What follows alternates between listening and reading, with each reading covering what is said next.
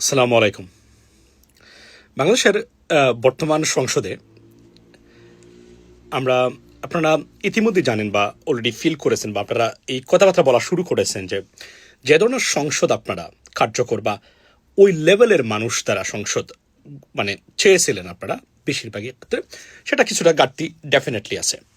কেননা এখানে বেশিরভাগই আমরা বলতে গেলে সেই ট্র্যাডিশনাল বিশ্বাস এবং traditional which is completely failed political system যেগুলা ডিসফাংশনাল।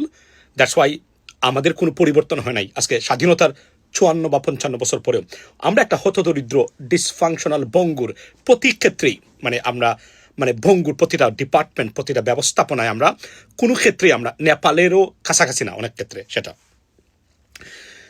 ঠিক এই সংসদে যে কয়েকজন মানুষ এখন পর্যন্ত আলু ছড়াচ্ছেন এবং আমার পছন্দ হয়েছে বলে রাখি আমি, তার মধ্যে জামাতেরা তারা আলাদা আছেন, বিএনপির ভিতরে যারা আছেন পার্টিকুলারলি এত প্রেশার থাকার পরেও এর মধ্যে আপনারা জানেন যে আমাদের ডক্টর রেজা কিবরিয়া ভাই আমার মেম্বার অফ পার্লামেন্ট, যার ওনাকে এই নমিনেশনেও আমার অল্প হলে ভূমিকা আছে।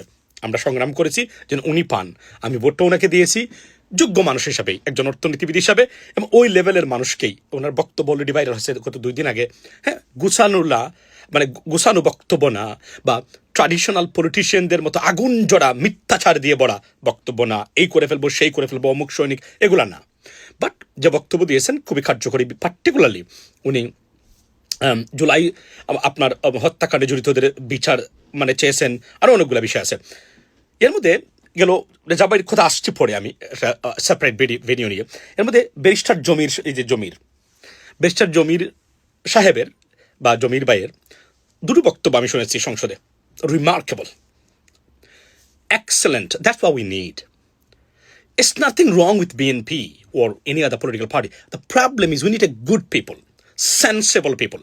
এই যে গুণে ধরা ব্যর্থ রাজনৈতিক ব্যবস্থাতে চরম বিশ্বাসী মানুষ যারা, এরা বাংলাদেশের কোনো পরিবর্তন আনতে পারবে না। আমি গ্যারান্টি দিলাম। আমি আসি তো থাকবো, যদি আল্লাহ হায়াতে দেয় আমরা আসি। আমার বক্তব্যগুলা কথাগুলা মিলিয়ে নেবেন যেগুলা বলতেছি এখন ফিউচারিস্টিক ভাবনা থেকে। এই ধরনের মানুষ, উনি গতকালকে একটা জিনিস বলেছেন। কি বলেছেন? উনি বলেছেন, এই দেখেন আমি শেয়ার করেছি, বাংলাদেশের সংবিধান বাংলাদেশের মানুষ দ্বারা লিখিত বা রচিত হওয়া দরকার। This is a serious problem and serious matter at stake. কিন্তু আমাদের রাজনীতিবিদরা তারা গুনাহ করে জানছে না। তারা সেই সংবিধান, সেই ভারতের লেখা সংবিধান, যে সংবিধান বাংলাদেশকে হতদরিদ্র গোলামের জিনজিরে বিভক্ত করে রেখেছে, বিষ চড়াচ্ছে প্রতিদিন, যে সংবিধান, সেই সংবিধানে বিশ্বাস করে। আমরা জুলাই বিপ্লবে আমরা চাইনি। আমরা চাইছি এই জায়গাতে পরিবর্তন আসুক। বাংলাদেশি জাতীয়তা, সবচেয়ে দুঃখজনক ব্যাপার হলো বাংলাদেশি জাতীয়তাবাদ বাংলাদেশের স্বাধীনতার পরে সবচেয়ে গুরুত্বপূর্ণ জিনিস হলো বাংলাদেশি জাতীয়তাবাদের উদ্ভব, আপনার যেটাকে আমরা বলি এই যেটাকে আবিষ্কার, যেটাকে বাংলাদেশকে আলাদা করা হয়েছে ভারত থেকে, বাংলাদেশি জাতীয়তাবাদ রিমার্কেবল একটা আপনার এই যে একটা আইডিওলজি, যেটা প্রেসিডেন্ট জিয়াউর রহমান করেছিলেন। এবং এটার জন্য তো ওনার মরণোত্তর পুরস্কার পাওয়া দরকার, যত ধরনের পুরস্কার আছে বাংলাদেশে। কারণ এটা এমন একটা জিনিস, it's segregated Bangladesh from India. Trust me. যে কারণে ভারত এখনো ক্ষুব্ধ, যে কারণে তাকে হত্যার সাথে সরাসরি ভারত জড়িত, আপনারা নিশ্চয়ই জানেন। আচ্ছা, সো এটা যদিও বিএনপিটা বলেন না, তারা, আমি কেন বলেন না জানি না, there are many mistakes এবং being made by বর্তমানে বিএনপির লিডারশিপ দ্বারা এটা তুলে আনা দরকার ছিল প্রত্যেকটা জিনিস। তারা কি কারণে আনেন না আমি জানি না। তবে এখানে কারণ আর না হলে এটা রিপিট হবে কিন্তু আবার, আমি বলি তো। এই জন্য এই যে ব্যারিস্টার জমির সাহেব, এবং আরো একটা কথা সেদিন উনি বলেছিলেন জুলাই বিপ্লব নিয়ে, remarkable. Brother, keep it up. That's what we need people like you in the parliament, trust me. এবং আমরা কিছু সংস্কার এবং বাংলাদেশের ভবিষ্যৎ নিয়ে, রাজনীতি নিয়ে গভীরভাবে চিন্তা করা দরকার আমাদের। কেননা আমরা এখনো মনে করি সংসদে যারা গেছেন 80% not fit for the purpose and they should not be MP, to be honest with you. কিন্তু ব্যারিস্টার আপনার এই যে আমাদের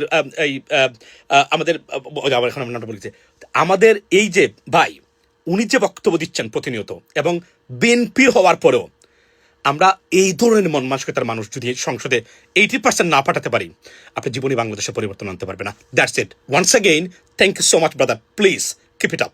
প্রয়োজনে নিজের জন্য হলেও আপনি দল কানা না হয়ে নিজের জন্য দাঁড়িয়ে যান, বাংলাদেশের জন্য দাঁড়িয়ে যান। নিজের জন্য বলতে নিজের ক্যারিয়ারের জন্য, নিজের যে কমিটমেন্ট টু দ্য পিপল, এটার জন্য।